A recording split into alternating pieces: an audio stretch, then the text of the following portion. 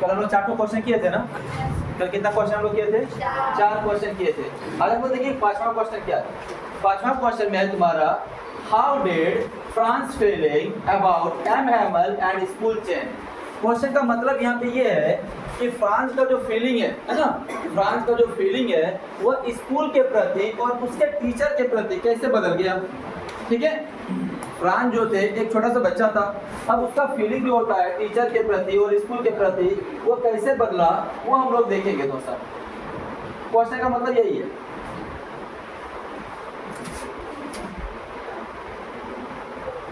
ठीक है, उसका आंसर क्या है? Franz feeling about M Hamel and school change when M. Hammer told the students about the order from Berlin and his last lesson.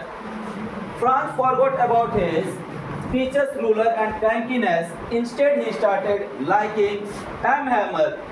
His feeling towards his school also changed. He did not want to give up his books and lessons as they seemed to be his old friends. अब यहाँ पे क्या बोला है? जैसे ही order आया, कहाँ से? बर्लिन से। बर्लिन से ऑर्डर आने के बाद फ्रांस का जो फीलिंग था, है ना, फ्रांस का जो मास्टर के प्रति उसका जो फीलिंग था, स्कूल के प्रति जो फीलिंग था, वो टोटली क्या हो गया? बदल गया। अब जिस टीचर को वो नफरत करते थे, जिस टीचर को वो पसंद नहीं करते थे, जिस स्कूल को वो पसंद नहीं करते थे, अब वो क्या करने लगे? उसी को क्या करने लगे? लाइक करने लगे। उसी को क्या करने लगे? लाइक करने लगे, मैं अच्छा फील करने लगे।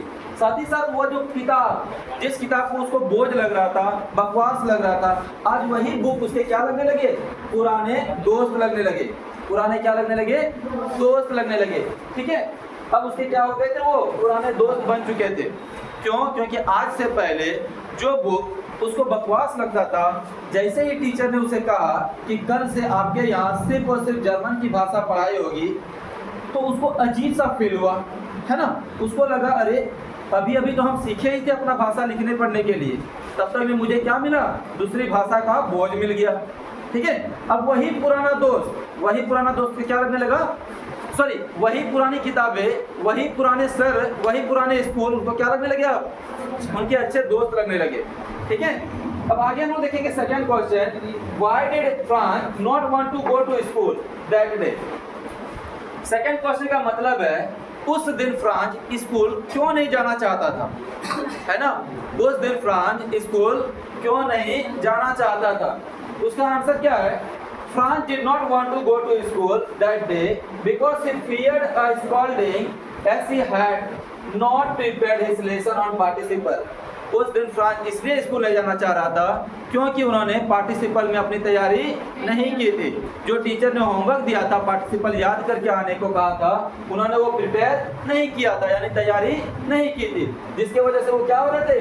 डर रहे थे स्कूल जाने से। ठीक है, on which his French teacher was to question the class that day. और उस दिन फ्रेंच जो टीचर थे एम हैमल, वो क्या करने वाले थे? सभी बच्चों को क्या करने वाले थे?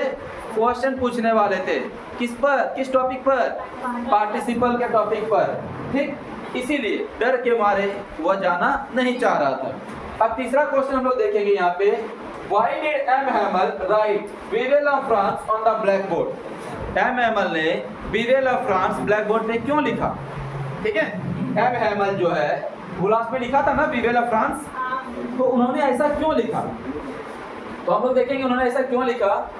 M Hamel wrote the words vive La France in big letters. M Hamel ने बड़े बड़े अक्षरों में क्या लिखा था? विवे ला फ्रांस। क्या लिखा था? Vive La France on the blackboard before dismissing the last class. यानी कि लास्ट क्लास छोड़ने से पहले उन्होंने क्या लिखा? विवे ला फ्रांस, बड़ी बड़ी अक्षरों में लिखा। This words mean long live France. इस वर्ड्स का मतलब ये है, यानी कि ये जो हम लोग देख रहे हैं विवे ला फ्रांस, ये एक फ्रांस का भाषा है, यानी कि फ्रेंच लैंग्वेज में है। कौन सा लैंग्वेज में है? French language. अगर उसका इंग्लिश मीनिंग देखा जाए तो क्या होता है? लॉन्ग लिव फ्रांस, है ना। अगर हिंदी में देखा जाए तो फ्रांस क्या रहे? अमर रहे। तो उन्होंने ऐसा इसलिए लिखा क्योंकि ये साबित हो रहा था कि वो क्या है? बहुत ही बड़े देशभक्त के नेचर टाइप के इंसान हैं।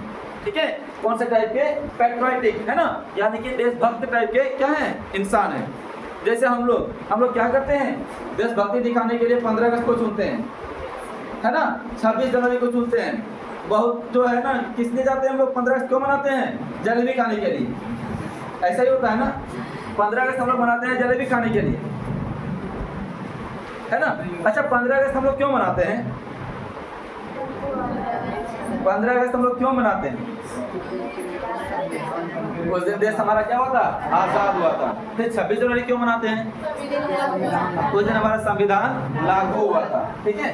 तो वो जो है ना, ऐसा लिखने का मतलब ये था कि वो क्या दिखा रहा था? देशभक्ति दिखा रहा था, अपने देश के प्रति प्यार दिखा रहा था, अपने देश के प्रति क्या दिखा रहे थे? सम्मान दिखा रहे थे, ठीक है, देशभक्ति दिखा रहे थे।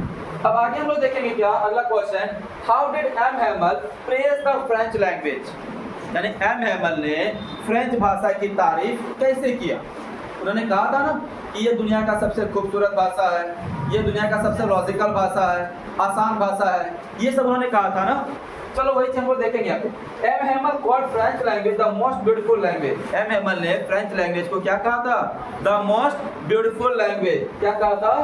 The most beautiful language in the world. According to him, उसके अनुसार, it was the clearest and the most logical language. उसके अनुसार ये दुनिया का सबसे क्लियरेस्ट और दुनिया का सबसे क्या है? मोस्ट लॉजिकल वर्ड है या लैंग्वेज है। He wanted the people of France to guard it. वो ये चाहते थे कि फ्रांस के लोग उसकी क्या करे?